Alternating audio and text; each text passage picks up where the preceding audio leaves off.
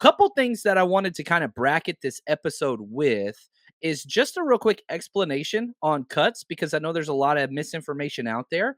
Um, because when players are cut, they go one of two ways. It's almost like a flow chart, right?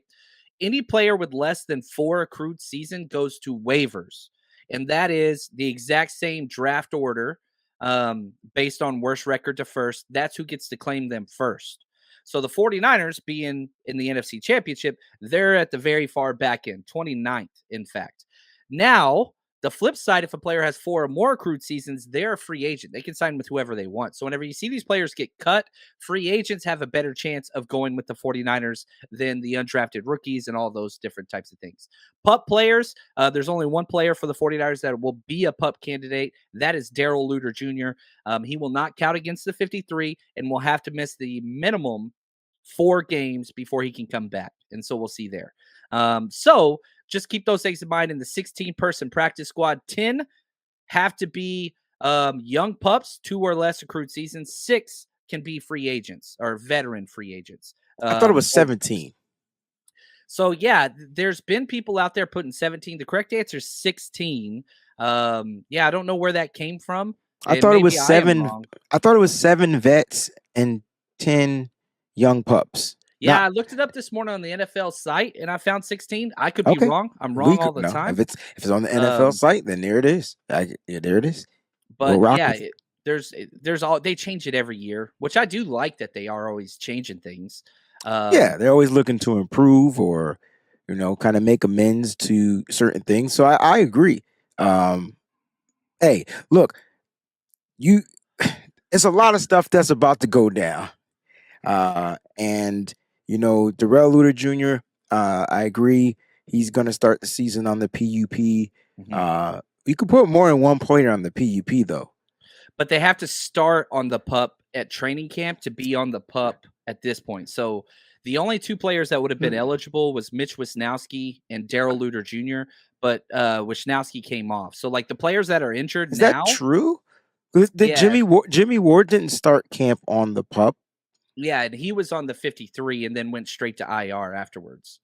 I'm trying to think last year who was on the PUP and then remained on the PUP I think it was Jason Verrett was one of them.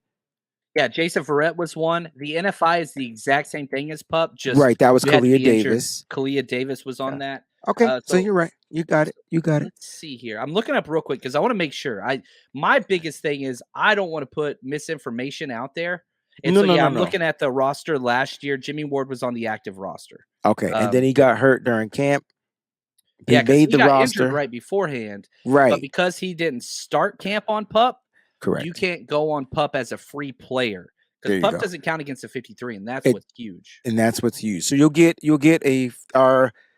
one of our fifth round draft picks will be on the PUP, and then they can put him on the PUP again. And he still won't count against the roster, I believe, if he goes double PUP, which is 8 weeks. That's the way to explain it for me from now forward. Double PUP, baby.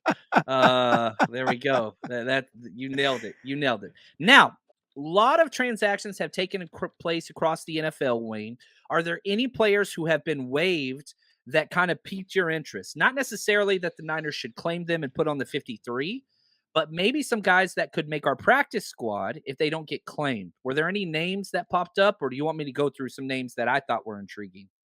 Yeah, as I was going through the release of the players that they waived, I didn't think, and they brought in some vets, they brought in some people that they wanted to try out, and I think that's kind of where it was, and those will be guys that if they stay on the Niners' radar, if something was to happen or an opportunity was to open, I feel like those would be the guys that get the first calls back.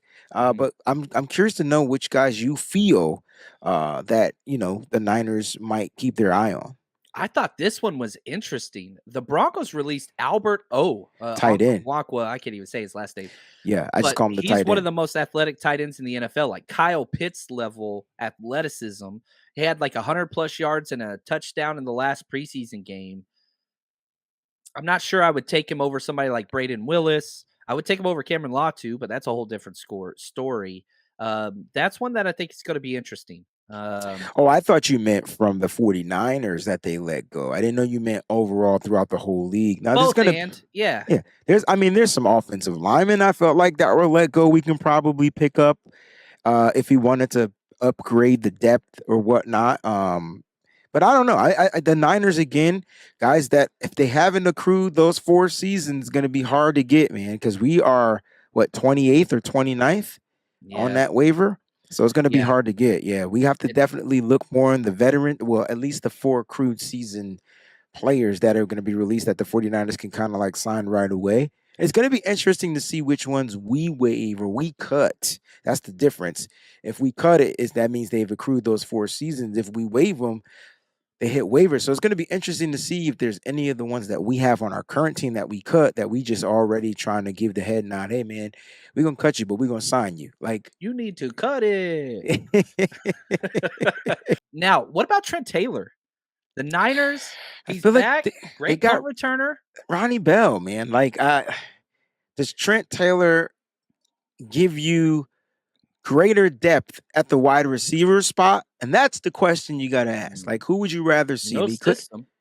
but he couldn't stay healthy in this system. I agree. I don't want him as a wide receiver. I don't want to even sign him to the 53.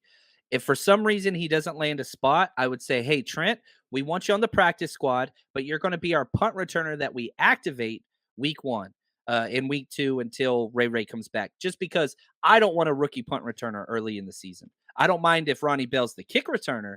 Punt return rookie scares the living So craziness out of me. yeah, I don't want Bell punt returning either. I want him. I don't know, man. I I want want to Jameson kick returning. I'm not same, going to, yeah, same. And yeah, I want Ronnie Bell to be my wide receiver 4.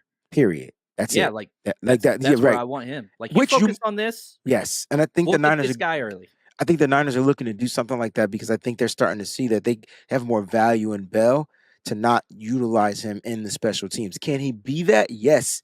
But I really think he's going to be rotating with those wide receivers, especially if he upgrades in his blocking right away. Yeah, there we go. Right here, Matthew says that Thursday night home opener against the Giants is going to be lit too. That game is so important. Like, it's weird. One, it's the home opener. It's a Thursday game, which kind of sucks. But I think that game is you're finally going to figure out how good this Niners team is. Look at this, Johnny Dell looking like Jonathan Taylor to Miami is Listen, heating up. that offense is scary until they play the Niners. But Yeah. for the rest of the league, that offense is scary. So here's the thing. So Matt Mayoko put out a tweet, and the 49ers hoped to be involved in all these kicker trades as a seller.